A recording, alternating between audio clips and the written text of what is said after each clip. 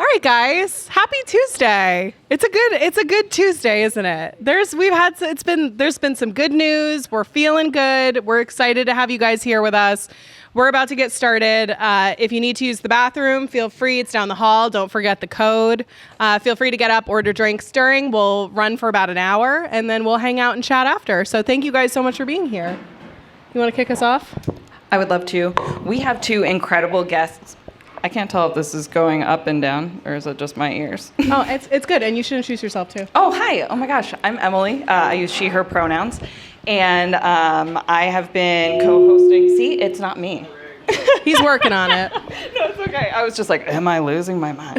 I have been co-hosting this podcast with Marissa for over a year now. I know. We're over a year. We started in January of last year. We're a little baby. We are. We're little toddler podcasters now.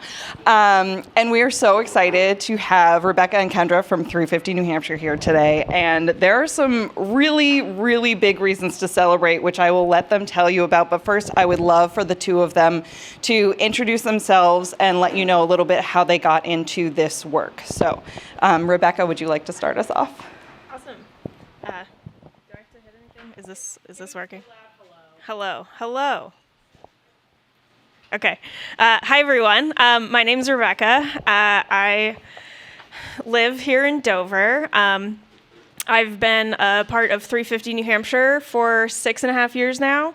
And the story of like how I got involved in activism and in this work kind of has two parts to it. So the first part is that I've always loved books and writing and consider myself a storyteller and a writer, starting back in like the 5th grade when I wrote a really terrible children's book with some of my friends.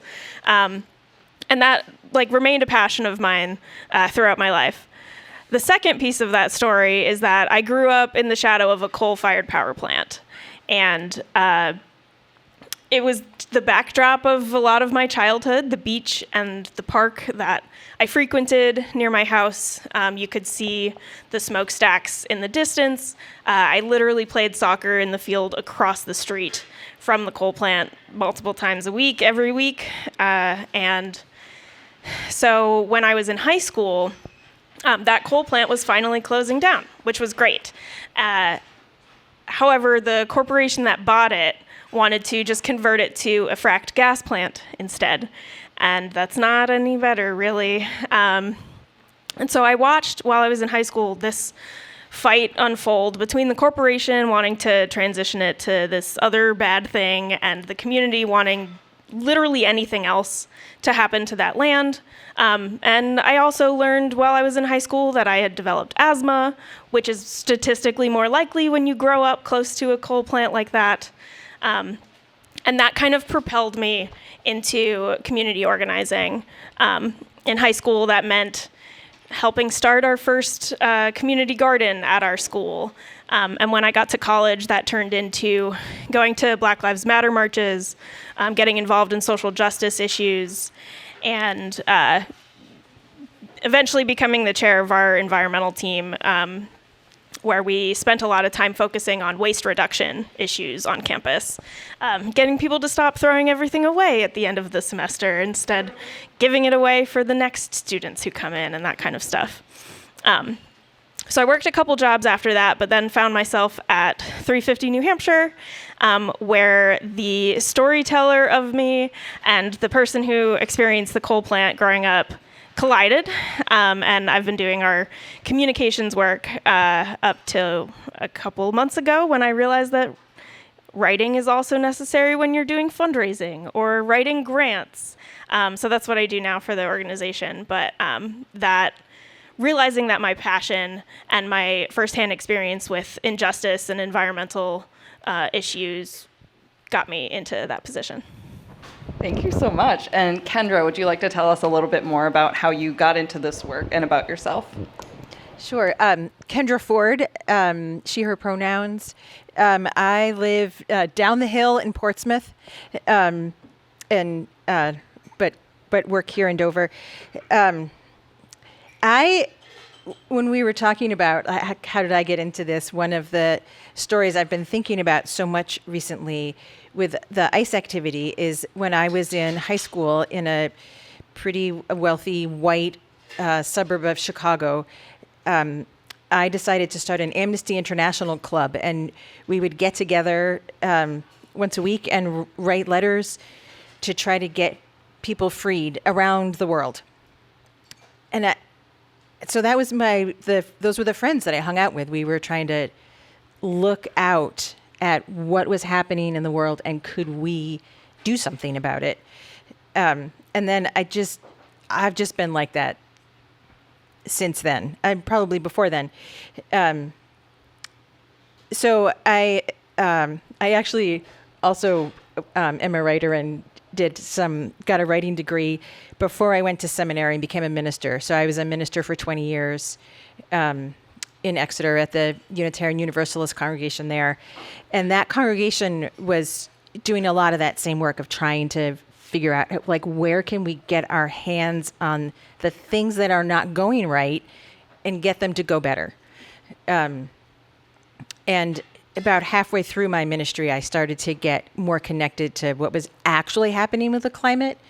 And as I got deeper and deeper into that and got connected to the No Coal, No Gas campaign that 350 New Hampshire was running, I realized that I needed to just get to do that piece of the work with my whole heart.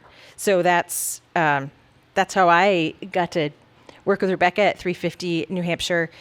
And one of the things that I love about the way we go about our work is that we're really clear that all of the pieces of the work are connected. So whether you're writing letters for Amnesty International or you're working on a pipeline project that's proposed to run through your town, it's actually all the same work. And so we're just all in it together. And here we go. That was a really beautiful way to put it. I love how all-encompassing that is. I would love to hear a little bit more about 350 New Hampshire and what you do. Yeah. So 350 New Hampshire is a grassroots organization that our mission is to stop the expansion of fossil fuels and get us to transition to clean, renewable energy. And so that we build a world where everyone has clean air, clean water, and a healthy, livable future. So we do all of our work from a climate justice lens, which means that climate change is an intersectional problem and requires an intersectional solution.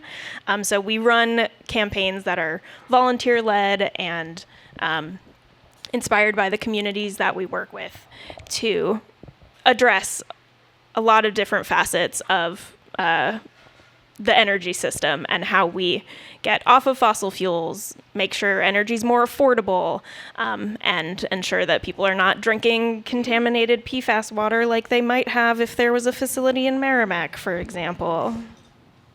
Absolutely. You guys, your work really encompasses a lot of different types of organizing, a lot of different types of activism.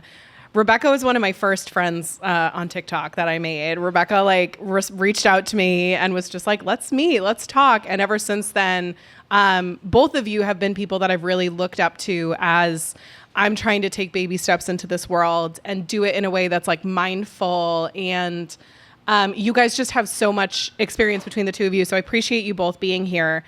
One of the questions that I have come to you both with many times is, I've got all these people now that are paying attention and people that are enthusiastic and are seeing what's happening around us and saying, often for the first time, like myself, oh, holy shit, this is like really bad. What can I do? And I don't know what to do. We're all experiencing this like couch lock where we're just scrolling through the news or watching 24-hour news, all that kind of stuff. And so one of the things that I think we'll get into a little bit, I want to, get into a bit more today is, how do we start directing that energy? And what do we tell folks that are kind of waking up for the first time, engaging for the first time? So let's talk a little bit about like how we start to get those people into like the movement, from responding to something they see on Instagram into like some of this real work that we know is being done in our communities. So to take it back to the sort of beginning of the question, somebody comes to you net new.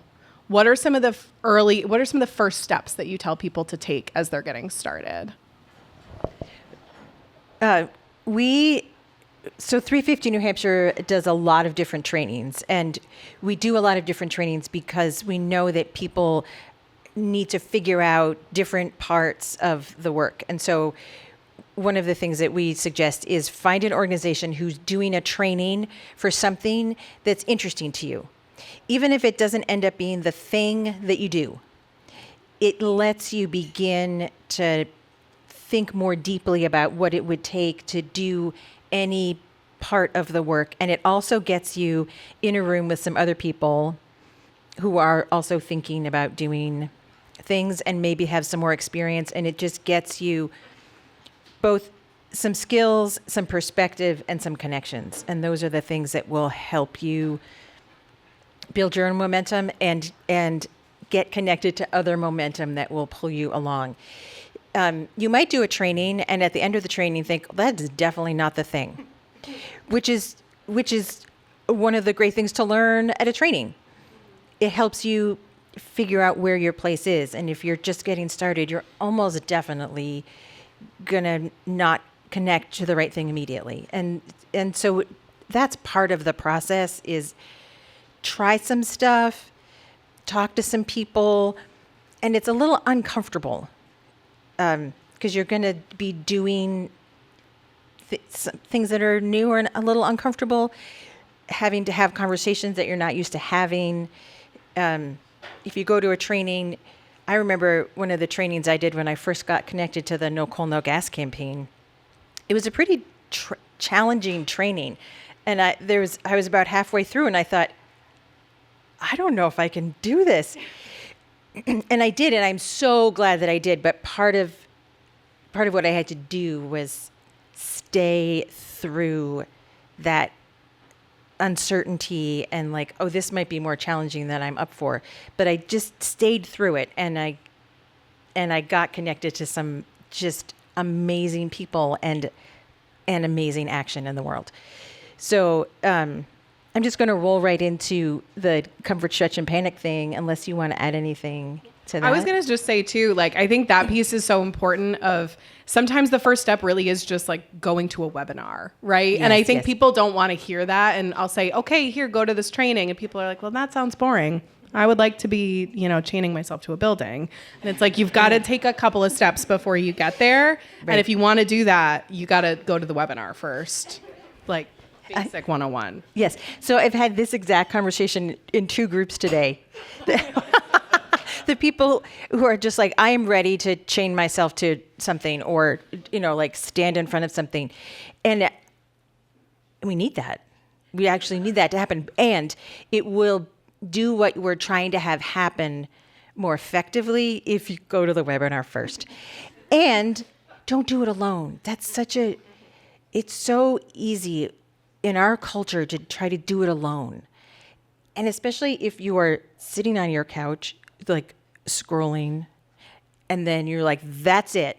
I'm going out and I'm chaining myself to something. And you just go by yourself. We're not as powerful by ourselves. I mean, you are powerful, but also when we collect ourselves together and we've all gone to the webinar together and we've thought it through together and we are clear how we're going to do things together, then we are unstoppable. So that's why there's a pause before. There's a pause between doom scrolling on the couch and the other things. Yeah, the thing I'd add to that is, I guess we're using chaining yourself to something as the example. Sorry. But our signal chats have been crazy the last few weeks. I don't know. But if that is like one of the things that is happening to try to get you to a specific goal, you can't just have people involved who are going to do the chaining themselves, right? Like, those people can't do that unless you have jail support and someone who fed everybody at the training ahead of time and somebody who's watching everyone's kids. And like, you need people who are willing to do a lot of different kinds of roles in the movement in order for the flashy thing that we see in the news to happen. Yeah. Yes. Someone to take the pictures.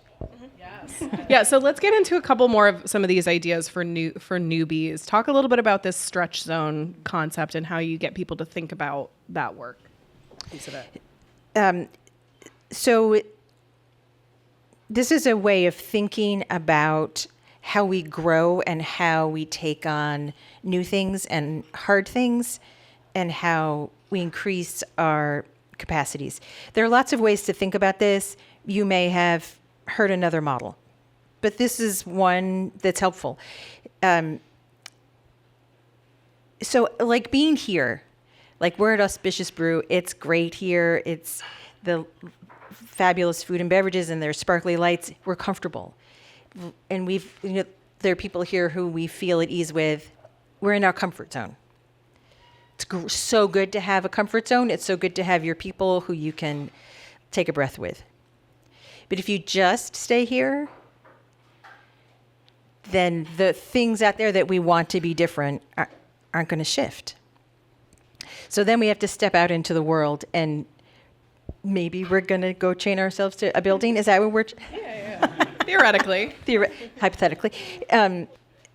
So you think about doing that, and if you're thinking about it here, you might be a little anxious about it, and you might start to think, wow, that could be scary. And then you're in what is called the stretch zone, which is you're not comfortable anymore and you're beginning to try something that's bigger.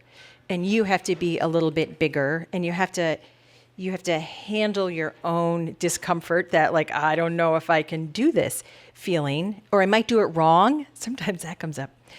Or I might not like be enough, or I might not know how to do this. All of those, like, I might be faking it kind of feelings might come up, all of that stuff. Managing that and continuing to move forward is part of working in that stretch zone.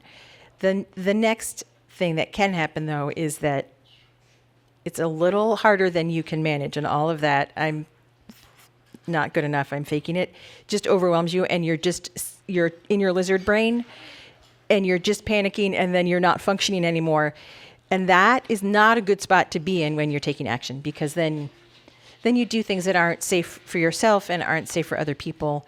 You also might just run away, which maybe would be a good choice in that. But the goal is to get into that stretch spot where you're doing something that makes your life a little bigger, that is a little risky, but you can still think while you do it. And we're so much better at staying in that stretch zone when we have at least this many people doing things with us.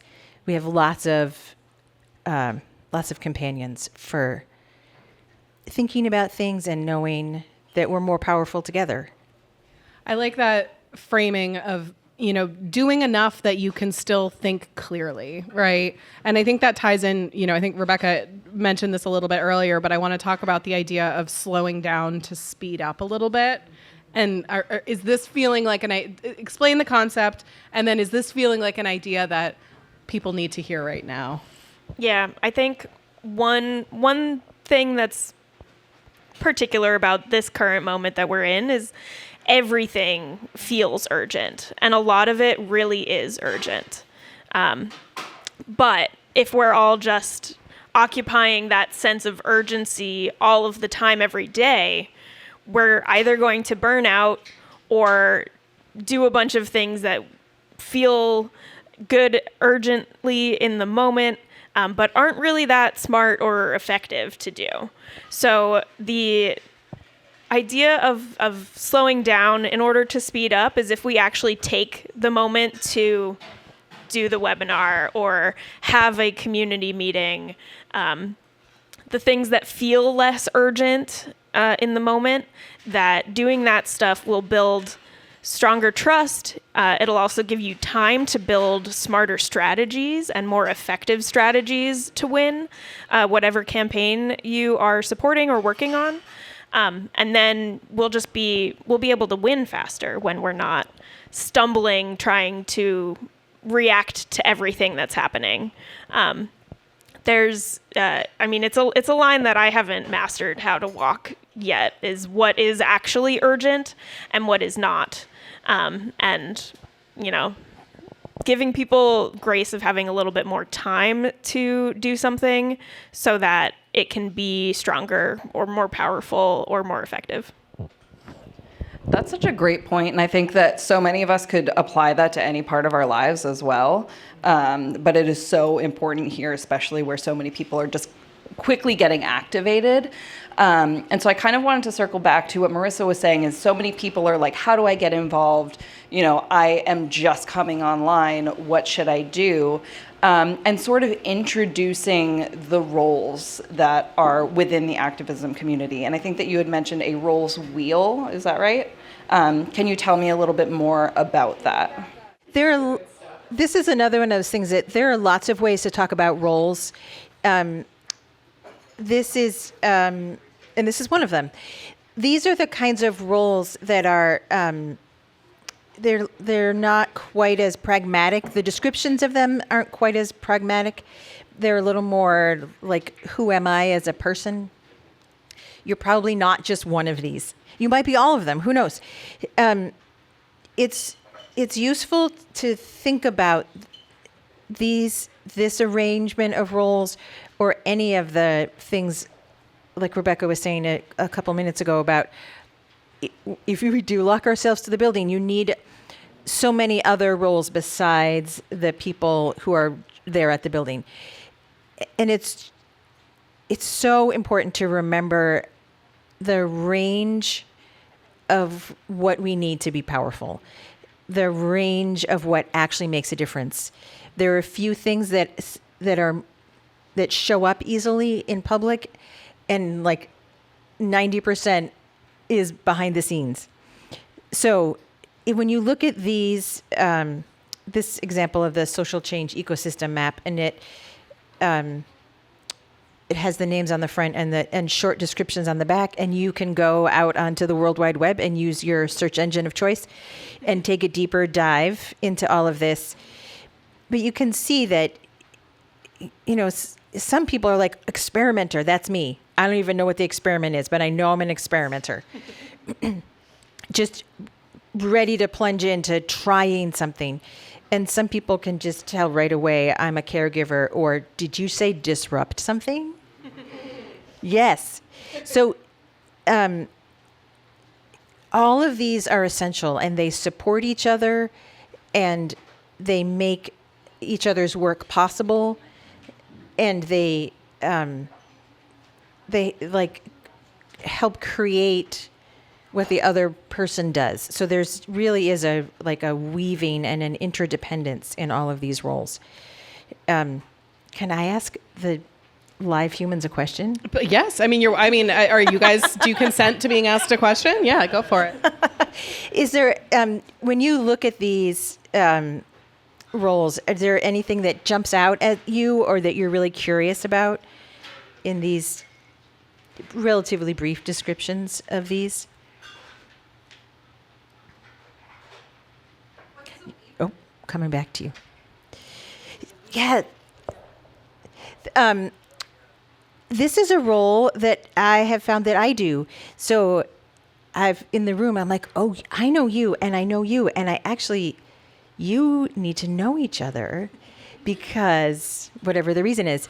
And finding those threads that connect across communities and unexpected connections that are really important, that mean that all of those pieces of work are connected.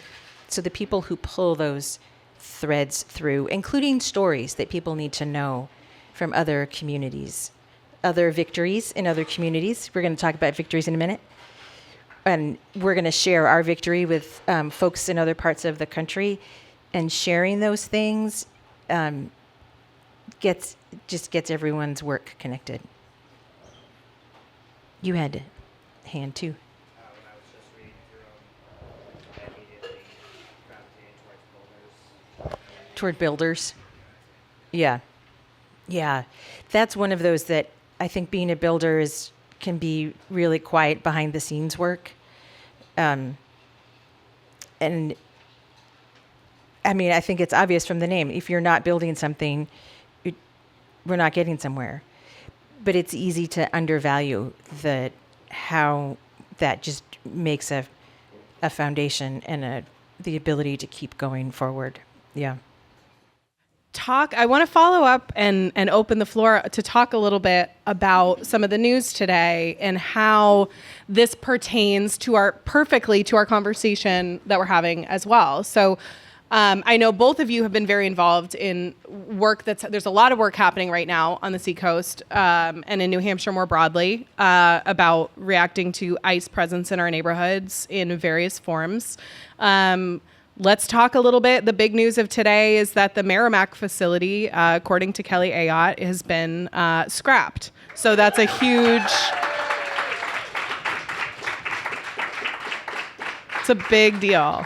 It is a big deal. It took a lot of different roles and a lot of different types of people to make that happen. Yes. It has been watching it up close as somebody that's very new to this.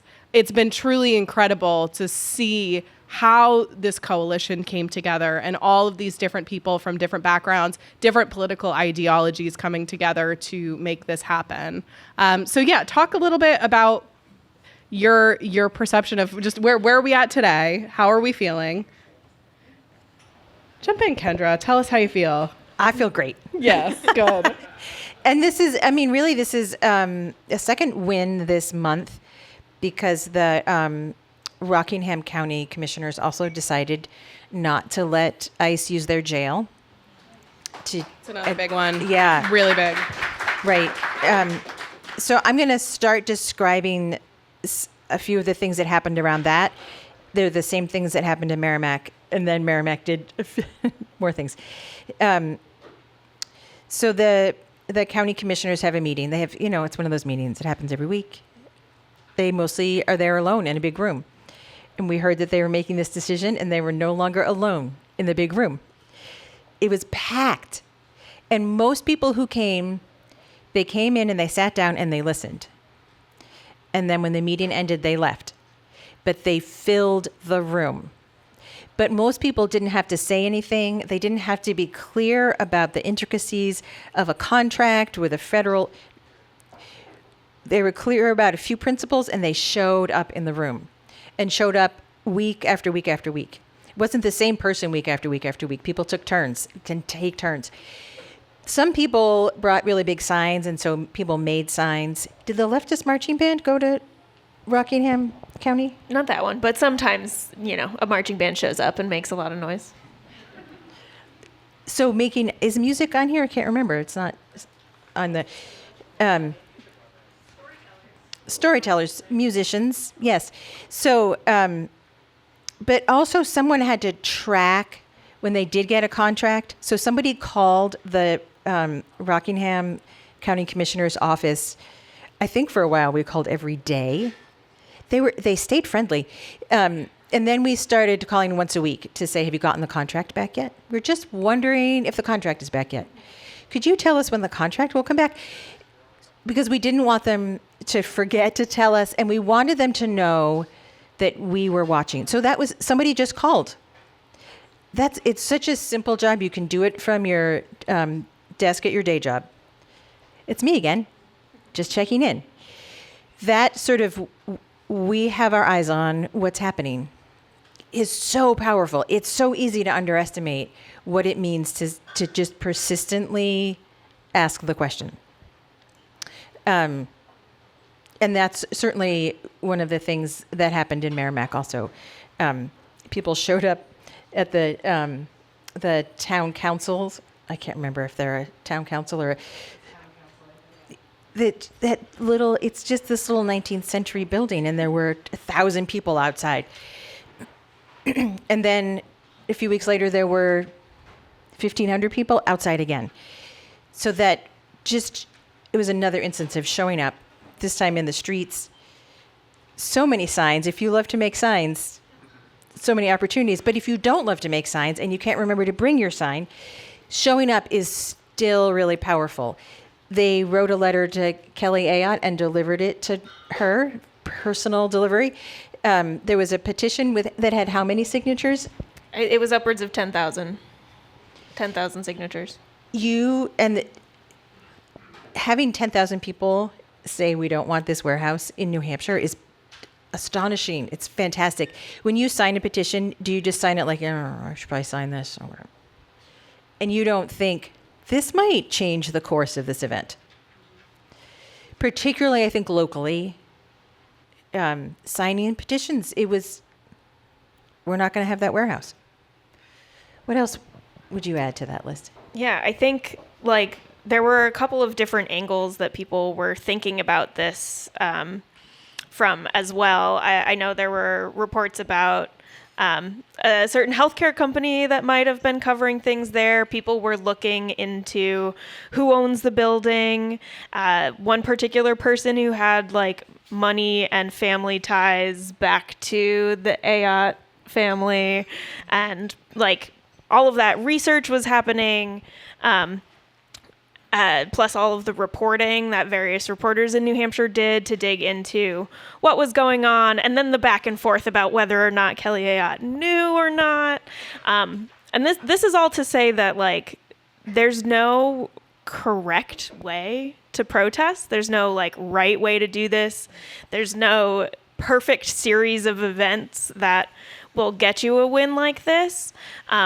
But when people come together and plan those things deliberately, and in community and resolving conflicts between each other in order to keep going and to get there, that's when we win. And we're trying to build a future that we haven't lived in yet.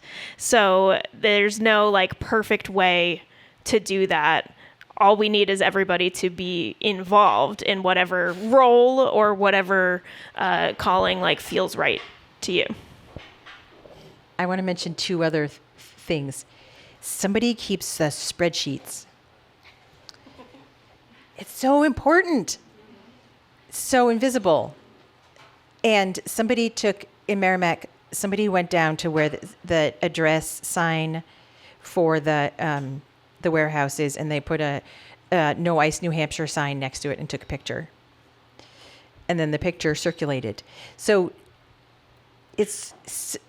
you can do small, simple things. Take the sign, put it next to the sign, take the picture, circulate it. Maybe hand it off to someone else to circulate. There are lots of small entry points that will just the weavers will find you, and they will help you get woven in. I think it's so incredible that you're sharing this, because I think for a lot of folks, myself included, just feeling sort of like an imposter within the activism community if you are not doing X, Y, Z. And comparisonitis just it applies to every part of anybody's life. And even, Marissa and I, we both show up in such different ways to activism because our personality types are so different. So I'm much more introverted. Tell me, baby. Tell me about myself. I know. And Marissa is much more extroverted. And brave and strong and cool and smart and wonderful. Or whatever. And so she's one of my best friends. But anyway, I just think that is so validating to hear, because sometimes you see something going on and you're like, oh, I should have done more. But then when you look into yourself, you're realizing you're a weaver, or you're the spreadsheets person. And all of those are so valid and so important. And one thing we've actually talked about a lot is the cheerleader. Because one of my toxic traits and also best traits, I think, is that I will cheer every single person on, and and we kind of realize oh, that's also an important role. And so I just hope that everybody here and everybody listening can look and sort of think about what it is that really lights them up and what makes them also feel safe while also being within that stretch zone. And there's something for everybody within the movement. And I just want to thank you so much for sharing that. I wanted to specifically call out too, like with the Rockingham County example, similarly in the spirit of like, you have to show up to a webinar to do anything. You also can just show up to a meeting too, right? It doesn't sound like the revolution, but what is Rebecca says, the revolution has a lot of paperwork, right? And the Learning revolution that actively right now. has a lot of paperwork, and there's a lot of boring meetings, and there's a lot of rooms that are empty, and democracy dies in darkness, and it dies in these rooms where people don't show up because they don't care and they can't be bothered to peel themselves out away from their couch for a night, you know? And sometimes it's just a matter of showing up to these meetings, and it can make a difference. So my lovely assistant, Frank, just handed out another sheet of paper to everyone. Do you want to tell them a little bit about this list and Yes. how it can get everyone's gears turning a little bit? Right. I'm just going to find my 198 methods of nonviolent action.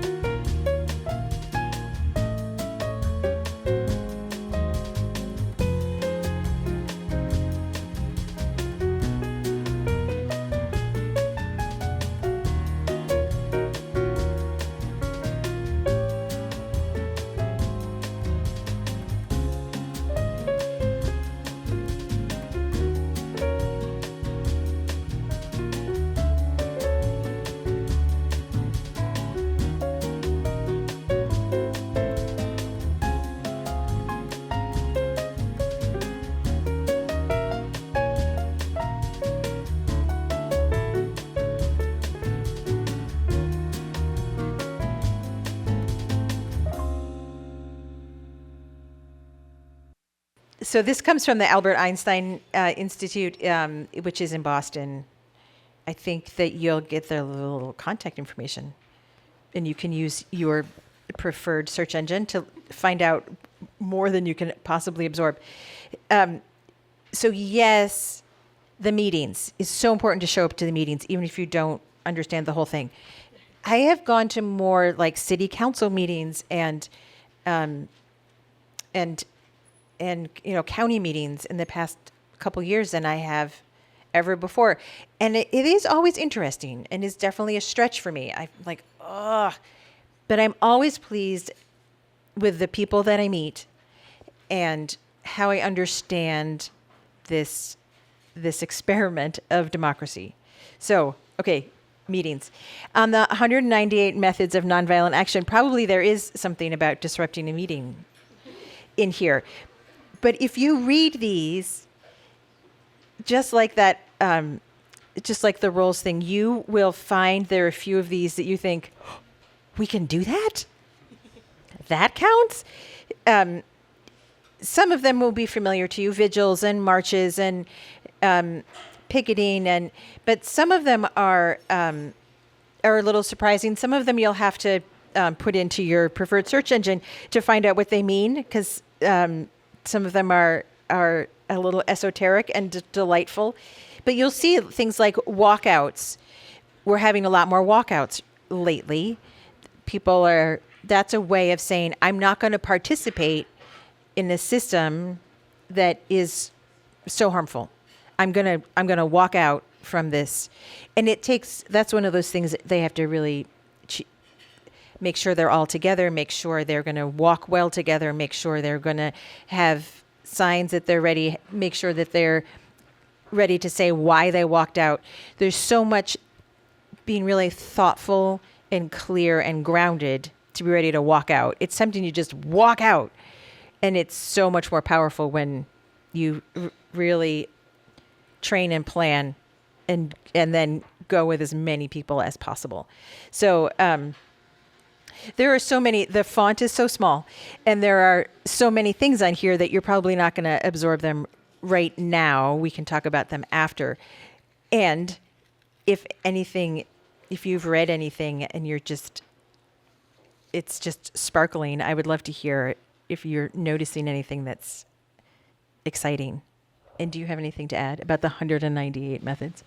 Yeah, I think one of the things that is important with all of these is that you find your group of people that you're organizing with and maybe absorb this information together. I don't know if this happened before all of the visibilities in Merrimack or whatnot, but campaigns that we've done before, sometimes we'll sit in a room with people and say, okay, this coal plant, it needs to stop burning coal. We've done this and this. Now what do? And we'll look at this list and we'll throw stuff around and come up with a million different ideas and then be realistic about what's most effective in the moment we're in, what brings us joy also. Some of these are fun. Activism isn't always scary. What are some Sometimes fun you get ones? to prank the owners of the coal plant by making a spoof website that is almost their name, but not quite their name. And then they get really mad at you, but because of parody laws, they can't do anything about it. That's a good one. Say it again.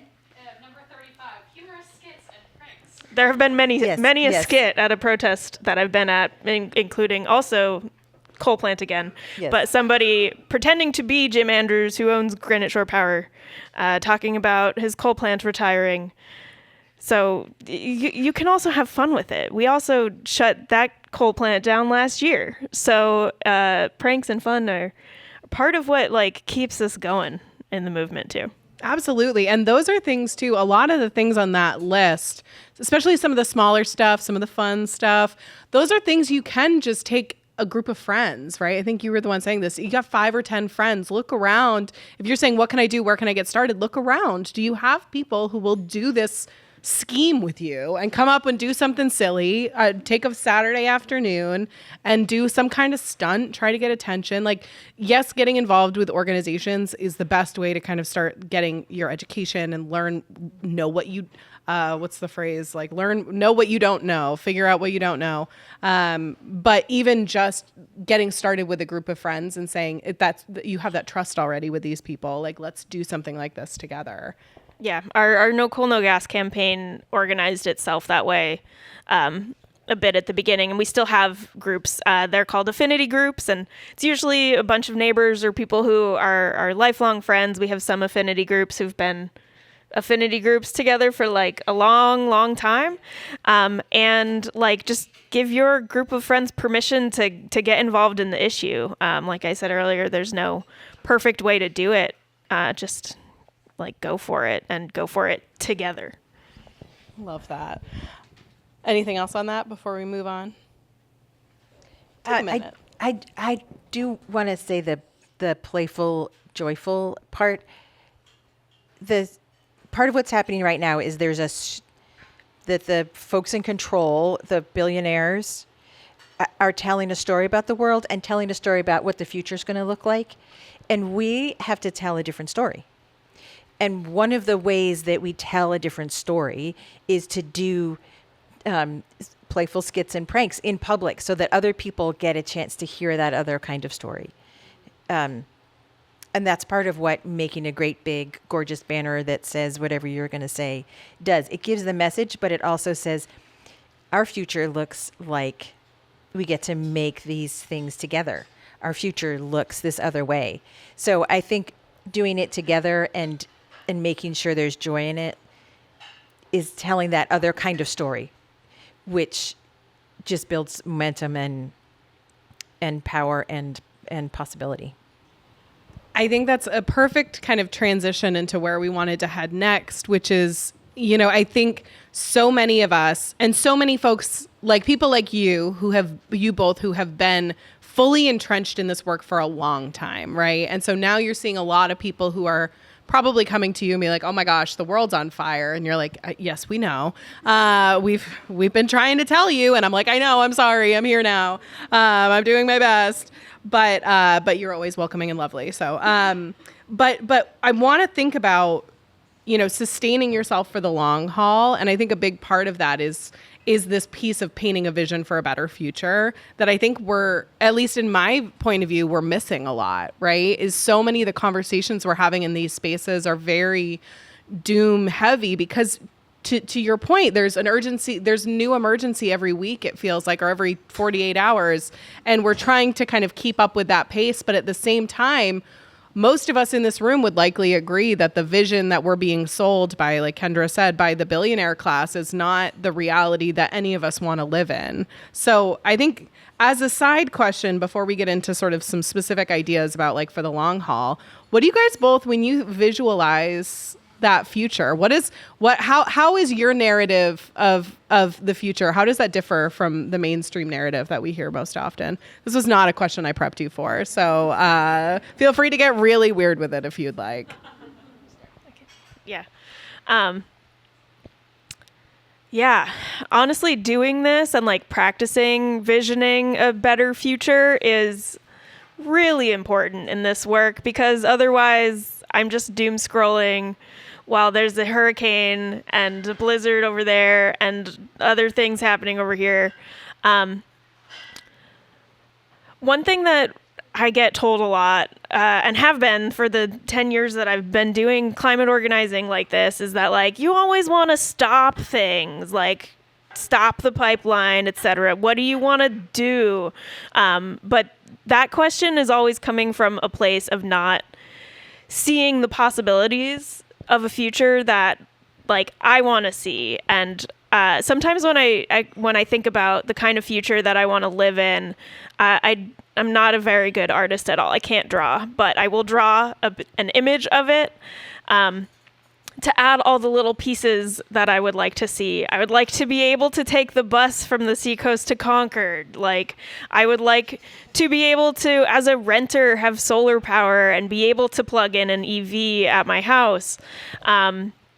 I would like all of these things to also not just be like born out of the government's decisions. I would like communities to be able to have a direct say in like what's going on in their lives. And the future I want to live in is one that's cooperative, where billionaires don't exist, and where like we are making the things that we want and that we need for our communities without without all of the discrimination that is currently fueling all of this. And I feel like in my head, this is just a practice of untangling these giant webs that have all been built by billionaires so that there's room for us to actually like live and not have to think about where the rent money's coming from, and not have to figure out where you're getting childcare when New Hampshire keeps cutting that fund, for example. So that's a little bit what I'm thinking about.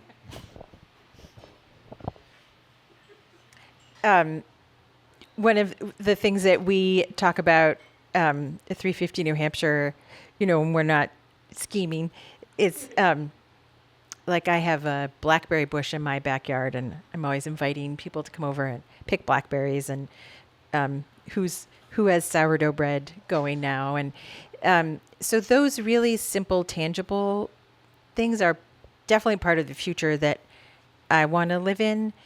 And it is because of the cooperative sharing of that. But I actually did an exercise about this question with a group of people a few weeks ago.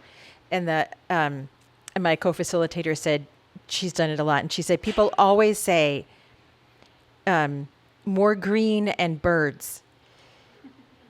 And they never say cars. You did say bus, but I think the future that I want to live in has this, we're like grounded and slow and connected to our world, and there's space to be connected to each other in that slow way.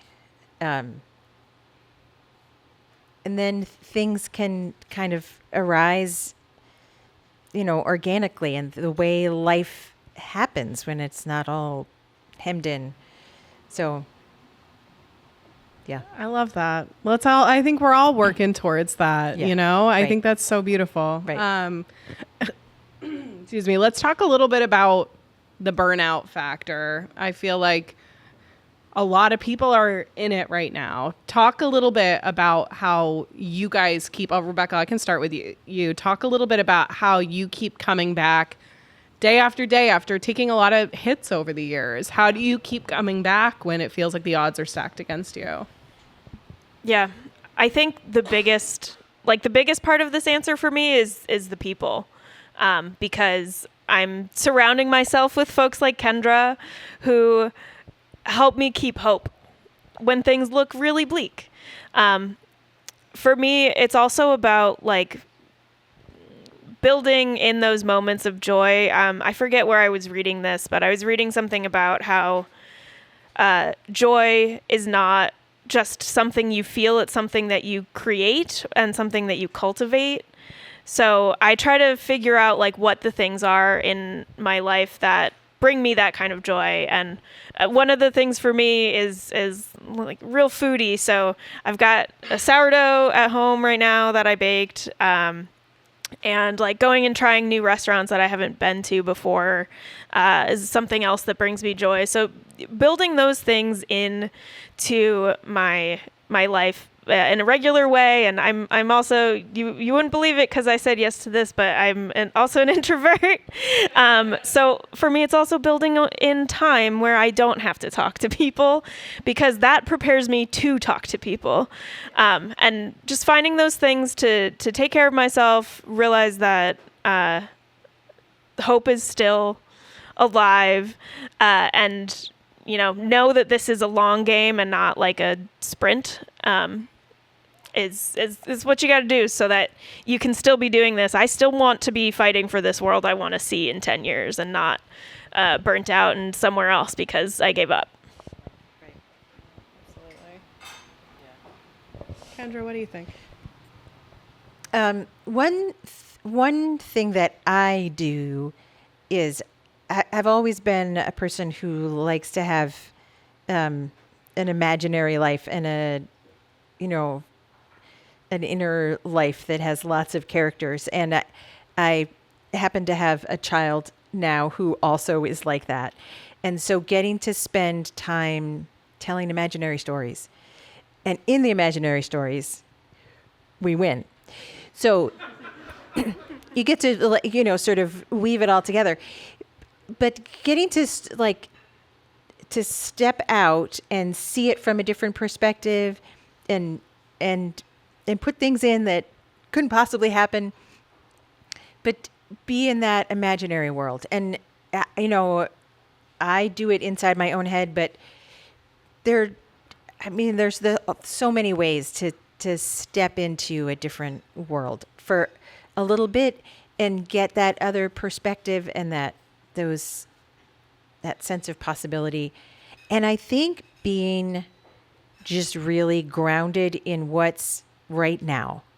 So, if it's a snowy day, be in the snow. If it's a green day, okay, maybe that's not for you. But really to be in the tangible, visceral present makes it possible to look at the really big. It seems a little contradictory, but I think it's really important. And earlier when you asked one of the questions, I remembered a line that I learned in San Francisco. I think it came from the AIDS crisis. And I saw it on a T-shirt in San Francisco, and I've just hung on to it for however many years. This living is so hard. How can we be anything but loving? To hold on to how hard it is, and then just keep your eye on that other way, that way of being, and just refuse to get sucked into the way the world wants to talk to each other. I think that's part of how I hold on to just not feeling sunk by it all. I have a follow-up question, and then we've got time for like 1 or 2 audience questions. So start marinating and we'll come back and see if anybody has questions. But I want to talk about this idea of like, and I want to see if you have any other follow-up questions as well. I want to talk about this idea of nothing will ever feel like enough. I think a lot of folks in my circles are running into that feeling right now, where I think to the urgency point Rebecca brings up of how everything is on fire, right? And so we internalize that, and then we're like, I am the only one who can put the fire out, and if I take a break, I'm bad. And I imagine we don't combat that overnight, right? Talk to me about how you guys how do you allow yourself to say, okay, that's enough, and I've done all I can do, and I have to be okay with that. Well, one thing is what you can do by yourself, what you can do alone is not enough. It's not possible to be enough by yourself. So the only way it's enough is if we're doing it together. So if you're feeling it's not enough, I can't do enough, I haven't done enough. The solution isn't for you as a one to do more. The solution is for you to get connected to more people. And it happens to me, maybe daily. It might be daily that I think I'm not doing enough. And then I end up in a meeting with the other 350 New Hampshire folks or the other No Coal, No Gas folks or somewhere, and I realize that the way I do things, when it's added to the way Rebecca does things and the way Pat does things, when those are added together, then it starts to look like enough. So I think that's the biggest thing for me, is to just can't be an individual lens. Yeah. I mean, that's perfect. The only thing I would add to it is that, like, you taking the step to be a part of this in whatever way that looks like for you, like, is enough. And I have imposter syndrome real bad these days, but like we're gonna win more of these fights when we're doing it with other people and when we are occupying the space that we are able to within the movement. Kind of back to the roles conversation we were just having, like having spreadsheet people is invaluable. I'm not great at spreadsheets. I've figured out a little bit to be able to function. But I had all of this data about votes at the State House that I was looking at that were organized in a crazy way, and I was trying to make report cards for our legislators to see how they voted on the bills that we were paying attention to last year. I just heard an uh-oh grumble from the legislators' corner over here. I'll look up your scores later. Out. But I had a volunteer who I'm like, wait a minute, this person does like a job where there's coding and stuff involved. Let me see if she has an idea.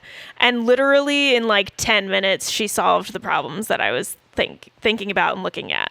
So like, if you are using your talents and the things that you love to do or are good at doing in some way, be it however small, like that is invaluable to making this whole thing work.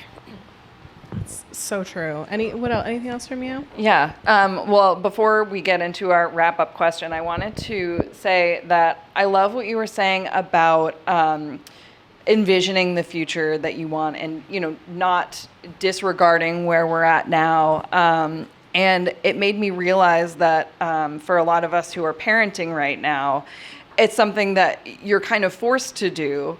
And while I'm trying to be, honest about the realities, also not spinning, I don't want to say spinning, sort of helping to picture a way in which we're going to get to a better place. And my child is currently obsessed with like superheroes. And so kind of framing it as mutual aid being the superhero and getting to have those conversations really does help me sort of reframe it. And I think it's really cool for all of us to just have to be in that situation, and for all of us to sort of envision that future with a path that's doable. And I just really want to thank you for putting it in that way. I want to do a case study for both of you. So like, let's say that somebody comes up to you right now and they're at full burnout mode and they said, I have 2 seconds to talk to you. What should I do? What is the first thing you say to somebody who has just been going hard, going to all of the protests, being at Merrimack, being online? This feels really pointed. Well, Do you have a friend who's losing it? I don't understand. let's say I have a friend. Hypothetically. Hypothetically, if I have this friend who's going hard, what would you say the first thing for them to do just to make sure they can sustain this in the long run? Yeah, it is a hard one because it does feel very pointed. I'm so sorry. I'm so fine. sorry. No, I was. This really is hypothetical. I think that piece about being in this moment right here, and I got a head shake on this one, which I totally understand. But actually, like going out and maybe like putting bare feet on snow, like really just right now. Maybe just breathe in the cold air. Maybe you don't have to go extreme. Maybe I also go a little extreme. Make tea and just do that. It's amazing how long 5 minutes can be if you're only doing that thing. I'm a big fan of the day off. To really Crazy concept. I know. And it's hard because everything is just rolling. But to actually step back and just not for a little while. Some people are really good at that. Some people are not as good at that. It's called a growing edge. But it really, you don't have to take a month off. It can be really short steps away and just be in the present, and your soul can recover. You maybe have more wisdom. I love this. I will just say I love this sort of like self-discovery piece of it that like I think we're going to have to do a whole spin-off podcast about this because like there's little things you say that I'm like, oh, I want to get into that so much. But like I think there really is so much to internal regulation and your own nervous system and like getting that in order to do this work more effectively. So you're not showing up to these organizing spaces like your hair is on fire, because that doesn't help anyone. Anything from you, Rebecca? My two like go-tos, because like I'd be lying if I didn't say I've approached that burn off peak a couple different times, especially the last year. But my two like main pieces of advice, the first is go out into nature in some form without your phone or your watch or anything that would tell you how long you're going to be out there, and just like breathe. The river that runs along the community trail in Dover, it's a personal favorite spot of mine for when I have to do that kind of recharging. So if we see you out there, don't come up to you and say maybe hi. not. It's okay. Yeah, good to know. And just like actually take that time to breathe. Maybe that means like a cup of tea is the thing that will get you to breathe. Sometimes it's like listening to the sound of running water or finding there's something in nature that probably you're thinking of right now as I talk about this. Go do that thing. The second thing I would say is like, who are the people in your life who you can hang out with and feel calm in their presence, and leave whatever interaction you've had with them feeling more full, like you have refilled your cup. Who are those people? Spend time with them, also without the phones and the watches and things, doing something low key that is not at a noisy place, and less noise is the thing that like gets you out of it.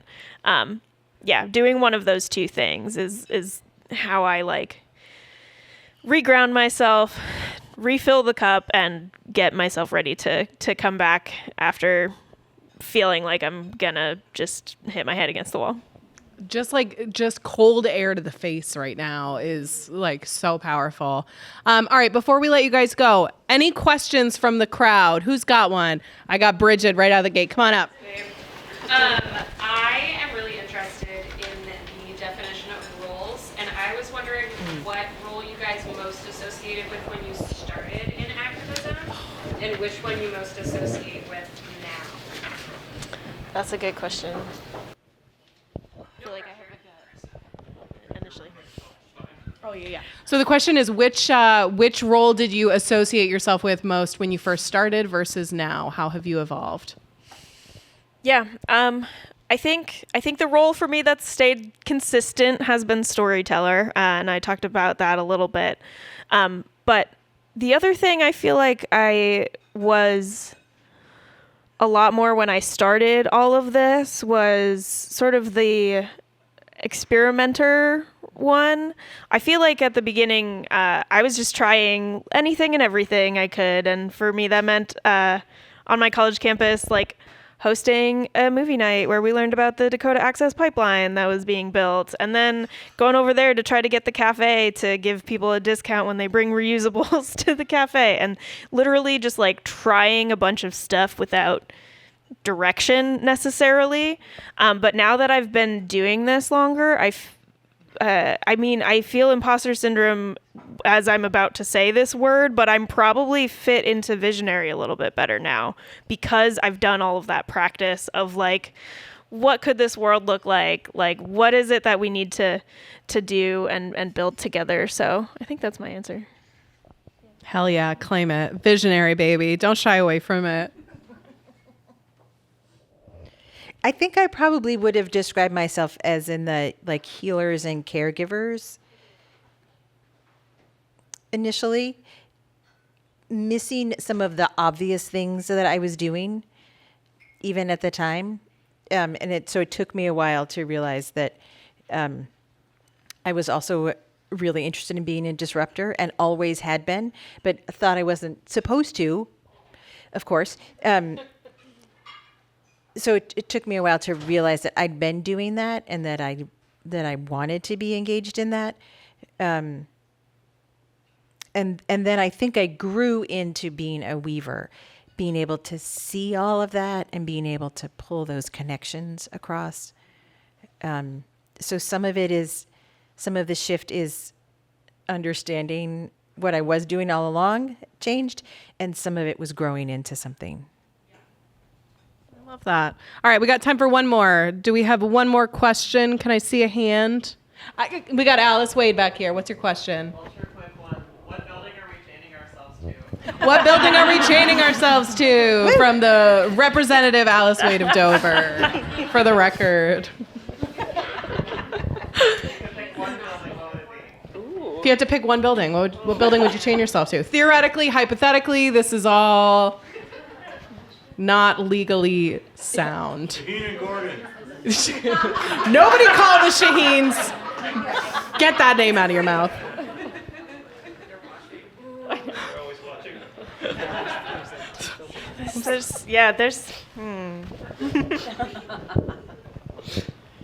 Are we going local or are we going national? Follow your heart. Anywhere you want. Yeah. Just imagine the possibilities. You could go international. I mean, we could. I mean, if it's a quick answer, I don't think we can. So I'm actually not thinking about chaining myself to things right now. What I really want to do is, I'm not like, yes, what I'm thinking about doing is getting enough people to just surround some buildings. Like this is ours now. And you can't come in here and do whatever you were going to do in here. anymore because we are between you and this building. So you only need like a few hundred to a few thousand, depending on the building. So I don't have an answer, but that's what I'm thinking about is how could we get a few hundred of us to just. Well, you're a Weaver, so you would be able to find them. That was an even better answer. I I'll like call that. you later. Do you have a dream building, Rebecca, you would chain yourself to or surround yourself by with all of us and 1,000 more friends? Yeah, hypothetically, Pease Airport. They deserve it right now. Some changes right now. Also, hypothetically, like pick a billionaire. Where does he live? That one. I think, right now, the thing that has me extra angry because I've been looking at all of where the money has flowed since the 1960s to get us to where we are right now with all the legislation that's been pushed on us at the federal and state level. And it's just oil billionaires just doing their stuff. And that has me especially pissed off. So pick an oil billionaire's house or office. I'm looking forward to the TED Talk that's coming up soon about, I think you're putting the pieces together for this. We've got the red string, so we'll follow you for more on that. Guys, thank you so much for being here, sharing your knowledge with us. What kind of, any plugs we want to give before we do a final round of applause? Where can people find you personally? What do you want people to do after this? Yeah, if you're not on 350 New Hampshire's email list, get on that. 350nh.org is our website. We are going to have a big briefing at the end of March, actually, that you can sign up for soon to help people literally plug into the local organizing that we're doing. So if environmental justice things are something that calls to you, come to that. Come get involved with us. And in the spirit of just showing up for trainings and stuff like that, even if you're like, maybe, I don't know that much about environmental justice, is this a pretty good place for people to just show up and learn? Oh, yeah. Absolutely. Yeah. Cool. Kendra, any plugs from you? Love that. Thank you guys so much for being here. I appreciate it. Thank you guys for being here.